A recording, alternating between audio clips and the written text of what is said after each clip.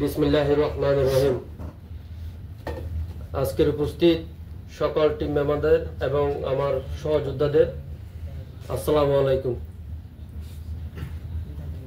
আমাদের এই খেলার প্রথম উদ্দেশ্য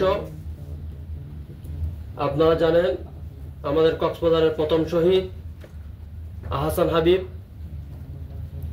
যাকে এই শহীদের তালিকা থেকে বাদ দেওয়ার জন্য নানাভাবে ষড়যন্ত্র হয়েছে এবং তাকে বিজয়ের সময় প্রশ্নবিদ্ধ করা হয়েছে, কিন্তু আন্দোলন চলাকালীন ঠিকই তাকে শহীদ হিসেবে বিবেচনা করে সবাই তার নাম ধরে আন্দোলন করেছে।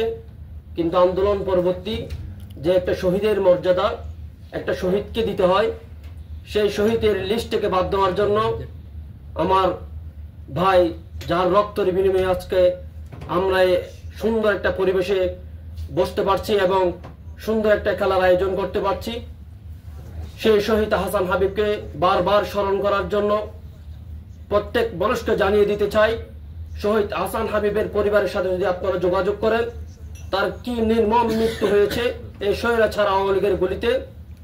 তার নারীর থেকে এখান থেকে গুলি ঢুকে বড় ছিদ্র হয়ে গেছিল, তার কথা বলা এবং খাওয়ার যে আকাঙ্ক্ষা, সেই অনুভূতিতে তার মায়ের চোখের দিকে তাকালে আমরা বুঝতে পারি তার মায়ের সামনে তার সন্তান হারিয়ে যাওয়া মায়ের যে কি বেদনা, সেটা যদি আপনারা শহীদ আহসান হাবিব পরিবারের খোঁজ খবর না আনেন, তাহলে আপনারা কখনো বুঝতে পারবেন না একজন শহীদ পরিবারের কতটা আত্মনাদ।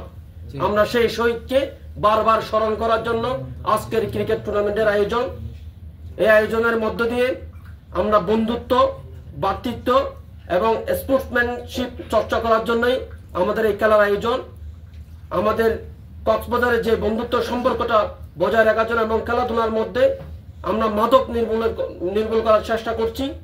এই সমাজ থেকে যে যুব সমাজ, ছাত্র সমাজ মাদকের প্রতি যে আসক্ত হয়ে গিয়েছে, সেই মাদক থেকে ফিরিয়ে আনার জন্য আমার সহযোদ্ধা এবং আমার দেশ এবং কক্সবাজারবাসীকে মাদক নির্মূলের একটি স্লোগান ধরে আমরা খেলার মধ্য দিয়ে মাদক নির্মূল এবং মানুষকে খেলার প্রতি আহ্বান করছি, যে খেলার বিনিময়ে আমরা মাদক থেকে নিজেদের দূরে রাখতে পারবো। কারণ শরীরের যখন আপনার এনার্জি লাগে, আপনি মাদক থেকে ঠিকই দূরে সরে থাকবেন। কারণ মাদক আজকে যুব সমাজ বলেন, ছাত্র সমাজ বলেন, সবাইকে ধ্বংসের পথে এগিয়ে নিয়ে গিয়েছে।